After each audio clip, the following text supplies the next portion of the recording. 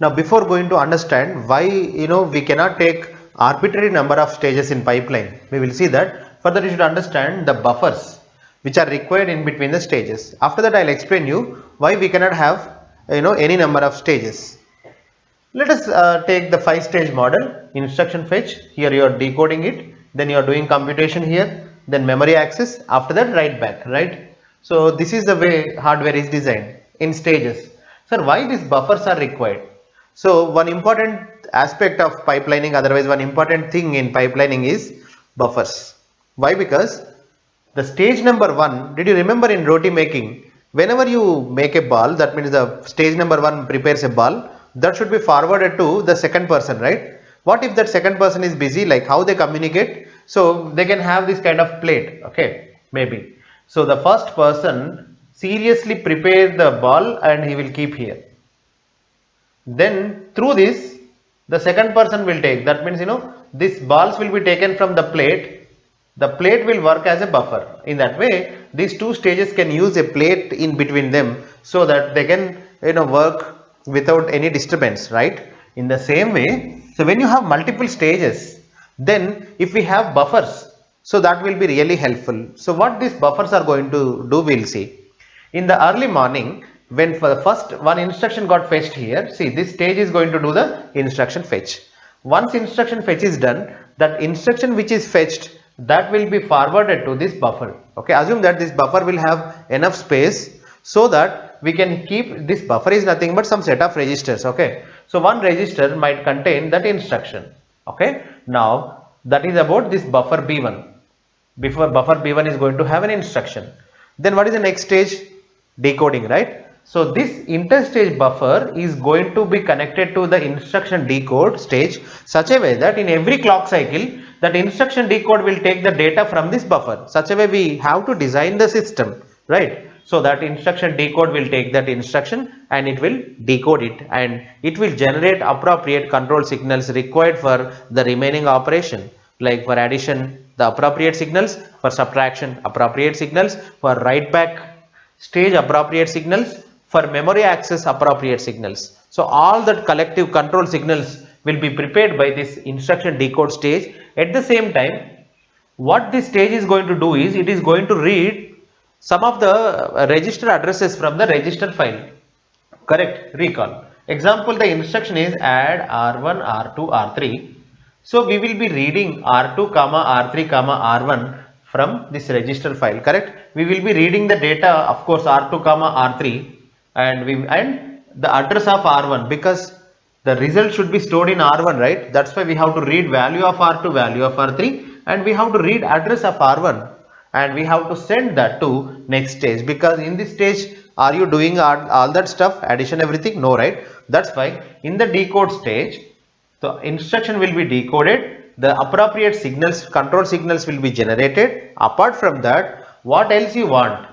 R1, R2, R3, the values will be read. Okay, now values of R2, R3 and address of R1. So that's why interstage buffer B2 is going to have two operands that we will be reading and immediate value. Sometimes you will be writing instruction like add R1, R2, 50. Then through the instruction, sir, where is this 50 will be located? It is in instruction. Through the instruction, this instruction decode stage is going to take that value 50. It will be pushing that 50 into this buffer. So this buffer, that's why contains two operands, otherwise immediate value, otherwise source register identifier. What is source register identifier? Like R1. Because after adding R2, 50, we have to store the result into R1's address, correct? That means into R1. For that you should need the address of R1. That's why that also will be read from the register file, that address we will be reading. Okay, sorry. So through the instruction we will be reading that. Now finally this buffer B2 contains operands and immediate value and source register identifier. Example in this case R1. Now incremented PC value. Sir, why PC value is required, sir? The reason for that I will tell you. The incremented PC value, that means, sir, do we need to increment program counter? Yes. In the decode stage, otherwise in the fetch stage, already program counter will be incremented, correct? Maybe in fetch stage we can increment it, not a problem. So in that incremented program counter value also, first of all it will be pushed into buffer B1. In the next clock cycle, that PC value will be pushed like this. All these buffers are connected like this. That's why this cable you see. Okay. Now, for every clock cycle, you can understand like this. Stage 1, stage 2, stage 3, stage 4, stage 5. These are the buffers. Okay. What is going to happen is, in the first clock cycle, instruction will be fetched, right? Then after that, in the second clock cycle, that instructions remaining details like program counter and R1, R2, comma 50 immediate value, everything will be pushed into interstage buffer B2. So finally, what is your purpose, sir? What is the goal? The goal is we have to carry the I can say resources which are required for the further stages. So why program counter is required? You ask me, I will tell you. The incremented program counter sometimes we require especially for this kind of call instructions. Example, you have an instruction called call R1. Example, let's say this program counter currently is showing 100. After incrementing, let's say it is 104. Then the execution of call R1 is nothing but in this execution we have to store 104 into a register called that link register. That is what the execution of call R1. For that, what we have to store? 104 to be remembered in the registers, because you know that, right? Whenever you have a function call, return address should be stored in the link register. It depends on the architecture. Don't go into much details. Finally, to do that, I want program counter to be remembered. But I don't want to remember program counter now. I want to remember program counter through the write back stage. Anything, how to remember that program counter value? By storing it into link register. Where is link register? In the register file. That means, should we write something into register file? Yes. But generally when we write something into registers in the fifth stage, in that way systematically we have divided, correct? Example, when will you do the roti fry in the third stage? Will you do in the first stage? No. Same way. So that's why. But this stage, interstage buffer B4 requires that this fifth stage requires that information, program counter. That's why that program counter value will be, forwarded to this buffer, after that this buffer, after that this buffer. In that way, slowly that will come to appropriate stage, right? Similarly, all the essential values. That's why incremented program counter value will come to B2. Now, what else will come? Control signals. All the control signals which are generated by decode stage, because this is the buffer between decode stage and compute stage. Just now after decoding you get all possible control signals. What is the meaning of control signal? Already I taught you in control unit, right? These control signals are going to be generated appropriately for appropriate circuits at appropriate time. That will be decided by control unit, don't worry. So that's why signals will be passed. So this stage, every stage is going to use some of the control signals. Example, here in the register write back, some control signals are required. But who is having that all control signals? Instruction decode stage. That's why that signals will be passed. That is enough. Now come to the next stage. What is going to happen here? Computation will be done, right? So that arithmetic will be done, right? Example, if it is add instruction, R2 comma 50 will be added here. So R2 and 50 are already available in the buffer B2. That's why buffers are important. Now these buffers are connected to compute stage such a way that whenever computation takes place, appropriate registers will be taken and added. Okay. Now after that, the result will come to buffer B3. One essential thing this buffer B3 is going to hold is what? The result, computation result, right? That's why result of ALU. And what else? Incremented PC value. Don't ask me again, because finally that incremented PC value should be stored in the register file in the fifth stage. That's why we are in third stage now, fourth stage, right? We are at end of the third stage. So that's why that should be forwarded. Finally, the program counter value will be forwarded here. So that's why the buffer B3 contains result of ALU, incremented PC value, which comes from here to here like this. Then address that feeds memory stage. Yes. So this computation sometimes generates memory address. We know that, right? That also will be stored here. Either result will be stored, maybe. So case number 1, maybe result of ALU. Second one, sometimes we using the ALU we generate effective memory address, correct? So that also will be stored in the buffer, right? What is the purpose of that? To access in the next stage I am going to access the memory. For that I need memory. From where it comes? through this computation stage, and understand. Now apart from that, data to be written, sometimes you have to write the data, right? Example, let's say the instruction is store, it's very easy, store r1 100 of r2. The r1's value to be stored in 100 plus r2. For that I want content of r1, right? That's why we have to read content of r1, which we are going to read in this stage, right? Instruction decode stage. That will come to this buffer. From here to here it will come in that way. Everything, all essential register values will be forwarded. If you understand what kind of executions will take place in this one, then you can understand what information will be stored in which buffer. Understand now? So you understood that finally data to be written, because so in the memory access stage we will be writing some data into memory. For that I want that data that will be propagated in that way. Now similarly, what about this stage, what B4 contains?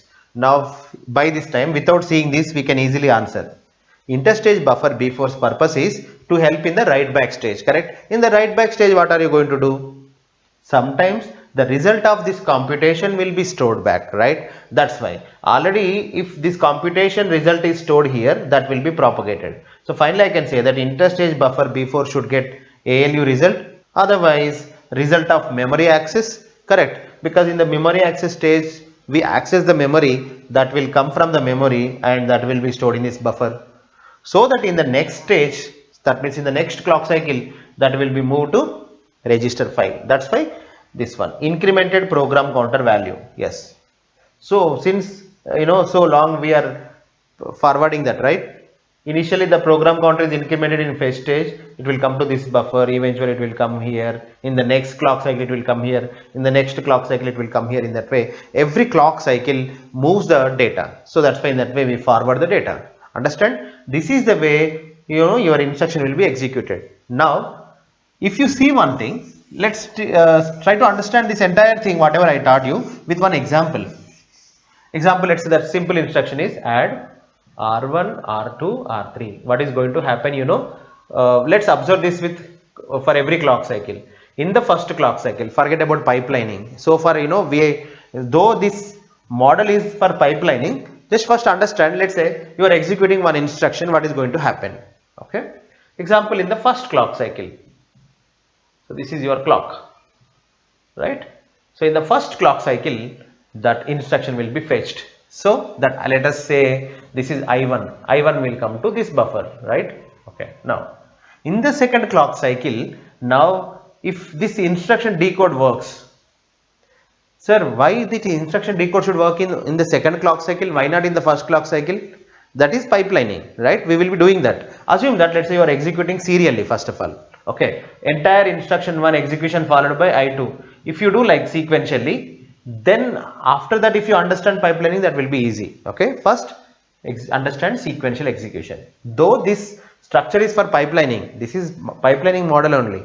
That's why we are using buffers. But first understand, if you use this one for sequential execution, what is going to happen, we'll see. Let us observe at time t equal to 1. Okay, so when in the first clock cycle you have instruction here, right? That will be buffered here. In the second clock cycle, what happens?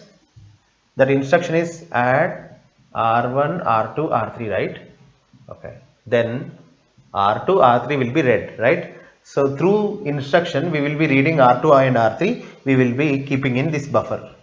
My dear buffer B2, you remember it in the second clock cycle.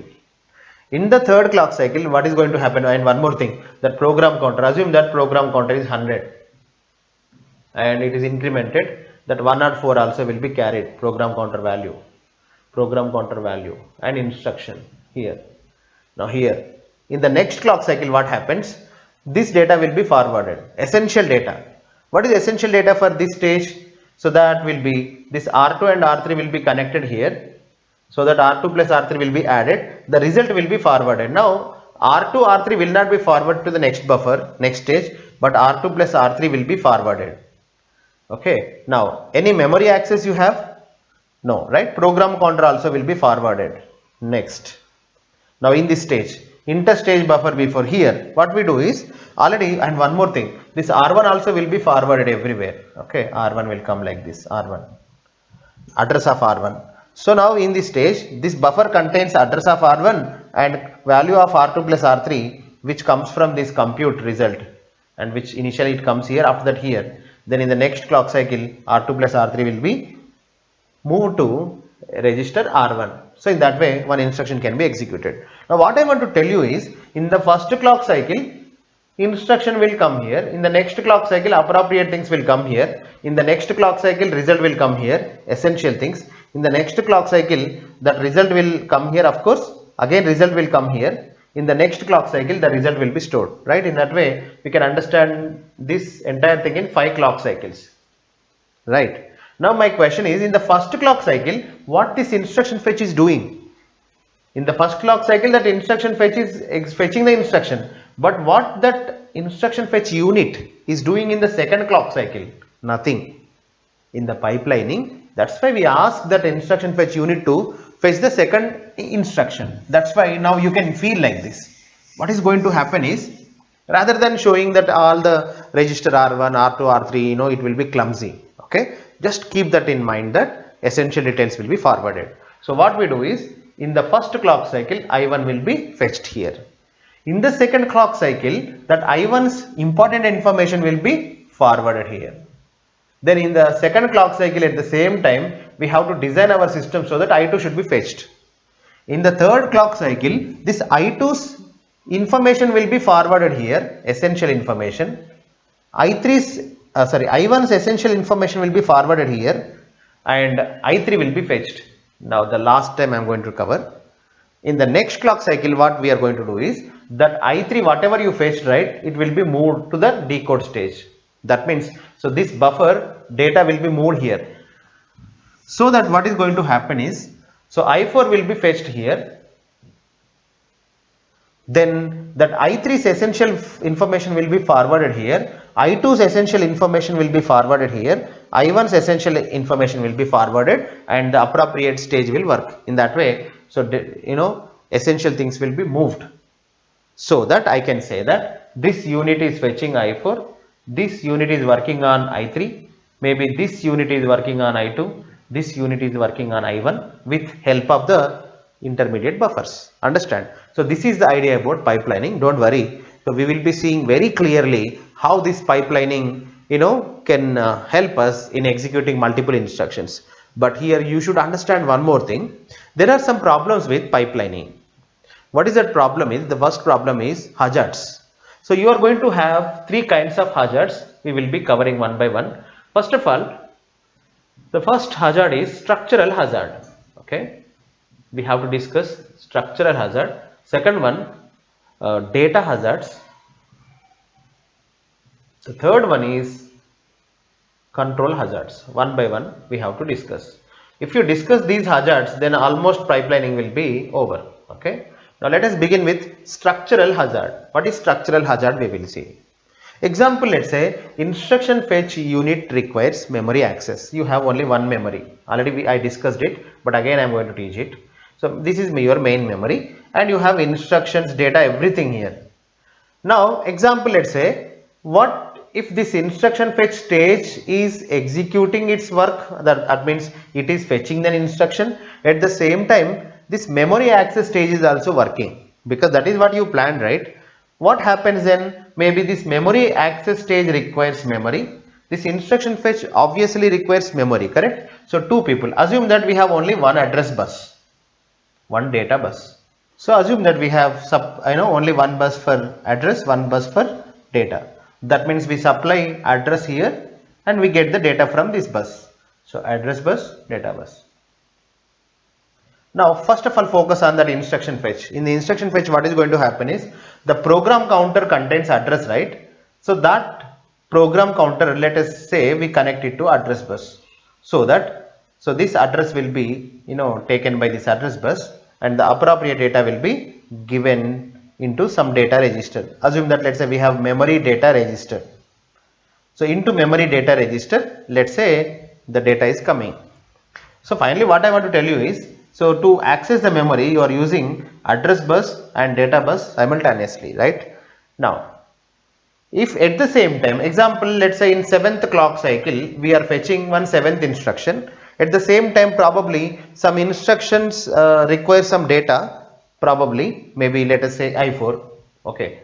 So that I4 instruction requires to fetch operands. In this one, we want to fetch operands. Then how you do it? At that time, this memory is busy fetching one instruction, right? So that's why, so we cannot do memory access unless we have another memory with along with, otherwise maybe same memory with different buses, right? So that's why I want to say that we require 2 units of memory. That's why generally what happens is, in the architecture, what they do is they create separate memories, like for instruction there will be separate memory. Let us call it as instruction memory. Okay, it will have again address and data buses. Here also we have data memory. When you have this kind of 2 units, now there is no clash, right? Always that instruction fetch unit deals with this memory, and always this memory access stage might deal with data, so there will not be any hardware problem, right? So these 2 hardware components are independent, so we can work them, or we can make work them simultaneously. That is what about structural hazard. Structural hazard is nothing but hazard. Sir, what is hazard? First of all, due to any reason, if you stall the pipeline, stalling again, sir, what is stalling? Stopping the pipeline. At any reason, at any cost, sometimes what happens, you can't do the work parallelly. Then at that time we have to stop the pipeline. Okay. So we'll see, elaborate the details later. So whenever you are stopping the pipeline for some time being, because of your problems with resources, then we say that it is structural hazard. Hazard means stopping the pipeline. Whatever causes stopping the pipeline is structural hazard, hazard, especially if that hazard is because of the hardware units. Okay, then that is structural hazard. Now, how to avoid that structural hazard? One easy solution is, example, let's say there is a clash, like instruction fetch and memory access require same memory, right? So duplicate it. That's why by having multiple resources of same type, instruction fetch requires memory resource, another stage also requires memory resource, then have 2 copies. In that way we can do. Sometimes, example, let's say you want to do arithmetic in 2 stages. Of course, this is not the case with this one. Assume that there are 2 stages and both wants to do arithmetic. That means one stage requires ALU, another stage also requires ALU. Okay, forget about the reason why we require. If you have such kind of model, then what is going to happen? We can't make 3, 5 work at a time simultaneously. Then 3 will wait for 5, 5 will wait for 3. So that is hazard, right? We have to stall the pipeline. So that is again structural hazard. We have to avoid that structural hazard. Carefully we have to design our system. Now what I want to tell you is, in this 5-stage model, if only the problem comes with instruction fetch and memory access, apart from that all are independent. Okay, so by having multiple units of memory, that means instruction memory separately and data memory separately, we can avoid the structural hazard. That is done. Now we'll talk about data hazards and control hazards one by one. Let us begin with data hazard. Okay.